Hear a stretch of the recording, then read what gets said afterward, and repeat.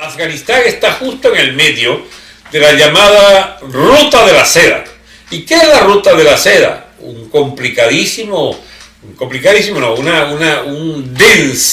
denso tramado de vías férreas, carreteras, autopistas, incluso vías de aeropuertos, puertos, etcétera, en los mares contiguos,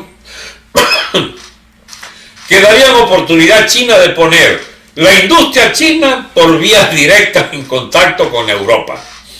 Ahí estarían ya por vías carreteras y férreas, pasando por el sur soviético a través de Afganistán y llegando allí a los puertos, a las zonas de Irán y del sur del Pireo, allá de la propia Grecia. Estarían por la vía de Bulgaria o por la vía del propio Irán, atravesando, pues, rodeando el Mar Negro y convirtiéndose, pues, en una extraordinaria red que liga, pues, toda esta zona al sur de China y al sur de Rusia, perdón, al oeste de China y al sur de Rusia, en una vasta zona de influencia comercial directa de China, que aspira a controlar por esa vía terrestre, pero también por sus nexos marítimos y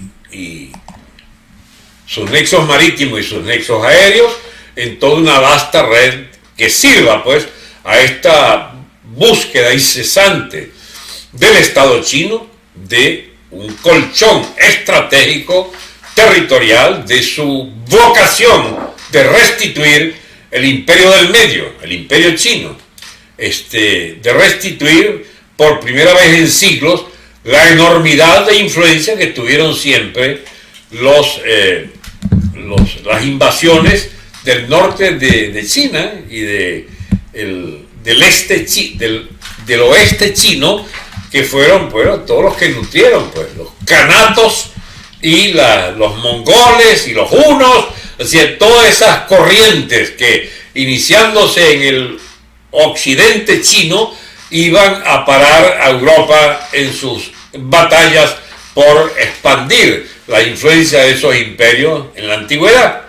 Y vuelve otra vez China entonces a ser un factor importante, esta vez apoyándose en un prodigioso desarrollo del capitalismo chino. No repitan el disparate de que China es comunista. Sí, es comunista en su edificación social y política, más bien política, partidista, institucional. Efectivamente es comunista, pero la economía china dejó de ser comunista para ser una economía de capitalismo de Estado, fuertemente capitalista. Su desarrollo, sus exportaciones, su propia economía interna es una economía de asalariados, es una economía de potentados capitalistas con una casta impresionante de nuevos ricos y de industrias volcadas a la exportación y al nexo con el capital financiero y el capital industrial a nivel mundial. China necesita esa ruta de la seda y necesitó seguramente auspiciar, en medio de la decadencia norteamericana y europea, una presencia cada vez más activa. Los talibanes son pro-chinos, pero no es lo que les hace ganar. Lo que les hace ganar es la inviabilidad del sistema edificado por Estados Unidos y antes por la Unión Soviética en esa nación afgana, donde se mantuvieron todos los grandes privilegios y todas las grandes desigualdades sociales, aunque es justo, lógico repetirlo. En Afganistán hubo un progreso significativo de las actividades capitalistas. Vean ustedes, esta fuga en masa de Kabul no es una fuga en camellos o en caballos, es una fuga en muchos vehículos de lujo incluso, es una fuga de enormidad de gente con características de población urbana que no existía hace 30 o 40 años atrás. Esta es una emigración de unas sociedades muy urbanas de funcionamiento capitalista que colapsan. Una vez que colapsa, las redes de corrupción y las redes de privilegios que mantenían bajo la tutela norteamericana y europea que secretaba pues toda clase de plusvalías de ingresos para una población que creció significativamente también en los últimos 20 o 30 años. La guerra de Afganistán lleva 20 y pico de años, la ocupación occidental. Lo raro de esta salida de Afganistán es que, a diferencia de la salida de Vietnam, no pareciera reservar de una vez una futura recomposición de las relaciones de Afganistán con el occidente.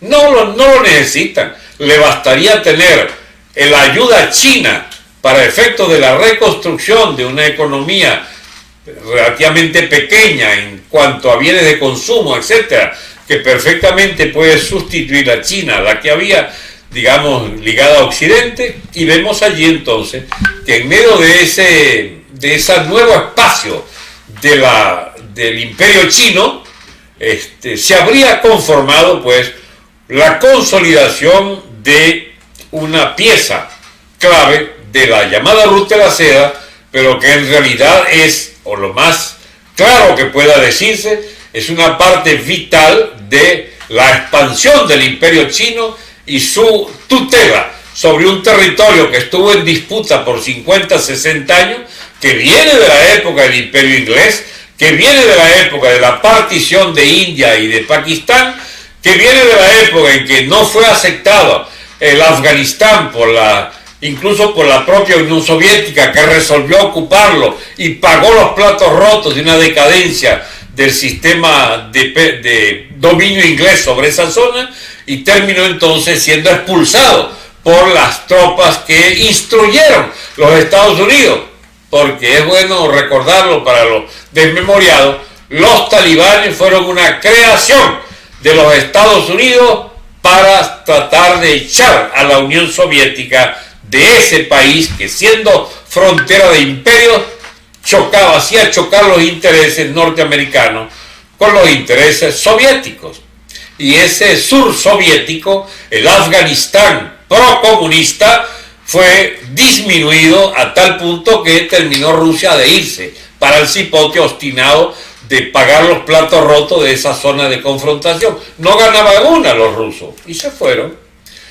Era Estados Unidos, caramba, qué gran imperio logró constituir. Para nada, no, fue siempre un costo enorme el costo de Afganistán. Es una de esas torpezas de las potencias mundiales que tienen el gusto por determinadas zonas conflictivas, donde se le fueron nada más y nada menos, se dice, 3 trillones de dólares, una cifra que no nos cabe en la cabeza. Perdieron 2.500 vidas, eso sí, le salió mucho más barato que Vietnam. La guerra de Vietnam, que duró tanto o menos que la de Afganistán, costó 66.000 muertos a Estados Unidos. Estos fueron 2.500 a Estados Unidos. Vaya usted a saber cuántos afganos cayeron bajo estos fuegos complicados de todos los países de la OTAN que ayudaron, hasta los más pacíficos o los más distanciados de Estados Unidos estuvieron allá ayudandito, los españoles en particular, los italianos, todos fueron allá a ayudar a Estados Unidos en su causa afgana. Ahora, cuando Afganistán celebra pues su adhesión al nuevo régimen talibán, vamos a ver qué fuerza tienen para detener los desmanes contra la población femenina, sobre todo, que había obtenido algunos derechos a la educación, a andar sin esa especie de saco asfixiante, el burka ese que le ponen a las pobres mujeres. Vamos a ver entonces si esta vez ya no hay la estupidez de los talibanes de antes, a ver si estos talibanes son un poquito más civilizados y permiten por lo menos que las mujeres respiren, ¿entienden? Que carguen por lo menos la nariz descubierta, Dios mío. Ahí andan los tontos esos, borrando imágenes públicas de fotos de mural de mujeres. Murales, que tengan la cara de una mujer, le borran la cara. Habráse visto, Dios mío. Qué manía, Dios mío, qué locura es la religión para mucha gente con ese nivel de atraso cultural. Es el medioevo el que quisieran ver ellos resurgir, pero en su peor faceta. Porque hay musulmanes también que son medievales, pero que permiten ya, por ejemplo en Arabia Saudita, pueden manejar ahora las mujeres. Hace como 3 o 4 meses para acá pueden manejar. Y por supuesto, ya andan con la cara descubierta hace años y años. Para que ustedes vean lo que son las maneras relativas en que hay que enfocar a veces esto. Ustedes saben los gobiernos más progresistas, comillas, estos progresistas, o sea, más liberales o más modernos respecto a los derechos de la mujer. Adivinen ustedes cuáles eran. Irak, de Hussein, algo de la ZSAF de Siria, eran los partidos Baas laicos, ¿no? No eran de la militancia musulmana beligerante, eran gobiernos, digamos, de tipo... el propio Nasser en Egipto, también laico, y sobre todo Libia. Libia es uno de los países donde la mujer había conquistado más derechos. ¿Ven? Lamentablemente eran gobiernos militaristas y partidarios de, ¿cómo se llama?, de una burocracia militar en su estado que, bueno, eliminaba derechos para el conjunto de la población, pero daba derechos, pues, elementales a la población femenina. Eso fue barrido, todo eso. Yo no sé en qué estado está Libia, porque en Libia, si bien no han impuesto un retroceso tan grande en materia cultural, lo cierto es que los islamistas radicales están en el poder en Libia ahora. Ganaron cierta influencia en Siria, hicieron retroceder, y en Irak 9 de cada 10 reivindicaciones fueron eliminadas y convertidas en... porque ahí están gobernando cada vez más los chiitas, aliados del Irán. Y bien, como ustedes verán, a mí es que no es que me entretenga, sino que, caramba, siempre derivo las discusiones y las conversaciones con ustedes hacia ese espacio que es el escenario natural del choque de imperios, el Medio Oriente famoso, es donde también nosotros estuvimos, pero asociados a las causas más, digamos, más neutras que puedan imaginarse. No necesitamos hacer como Maduro discursos de imbéciles alineados con el musulmanismo radical. Carlos Andrés Pérez y el gordo Luis Herrera hicieron políticas pro-árabes, aliados de los árabes, en el momento en que los árabes eran nuestros grandes aliados de la OPEP y para la defensa mutua de los precios petroleros. No nos pedían una cuota de islamismo, pero el tonto de capirote Maduro, para arruinar la industria petrolera y para convertirnos a la cola de los árabes en la peor expresión de la OPEP. Sin embargo, él pues estimaba que había que darle entrada cada vez mayor. Esto viene de Chávez al Ahmadinejad, aquel presidente del gobierno de Irán, súper fanático, el enano Ahmadinejad, y después de Ahmadinejad se ha conservado pues esa alianza con la Guardia Republicana y las guerrillas chiitas, la guerrilla del Hezbollah, que pululan en el Medio Oriente y particularmente en Siria, y que fueron importadas por Maduro para darle toda clase de privilegios bajo el Estado chavista. Vaya, ustedes saben que nos mete este loco antes de irse al régimen chavista, si nos hermana de alguna manera a las calamidades que son propias del Medio Oriente y de sus luchas religiosas fratricidas. Nosotros siempre estuvimos era del lado de los sunitas. Es de la misma etnia que fabricaba Al Qaeda y que fabricaba a los talibanes y que fabricaba a los ¿cómo se llama?, a los ISIS, los Estados Islámicos. Esta nueva, digamos, camada de terrorismo musulmán viene más bien orientada por Irán y orientada entonces por los chiitas, que son fanáticos, y es ahí donde está anotado Maduro ahora, pues, ¿bien? Porque él es amigo, pues, es de la potencia iraní. No sé qué ventaja puede tener para este piazo loco el habernos mezclado a unas direcciones tan complicadamente metidas o imbuidas del esquema de la lucha violenta contra los Estados Unidos.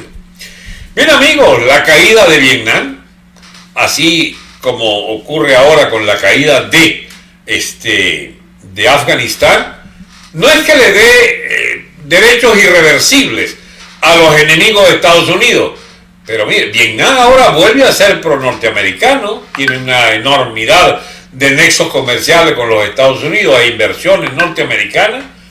Aquello se vio favorecido porque, bueno, mientras tanto el gobierno después de la guerra de Vietnam de Deng Xiaoping ya tempranamente había pactado con Nixon y con Reagan que China pues prescindía de una beligerancia en la política mundial y se colocaba más bien en la onda de restituir el capitalismo en China, para lo cual lo auxiliaron, pero enormemente, los gobiernos norteamericanos, favoreciendo la exportación de capitales, la constitución de ramas industriales enteras desde Occidente y desde Estados Unidos en particular, y también los europeos, para hacer de China una potencia capitalista como es hoy.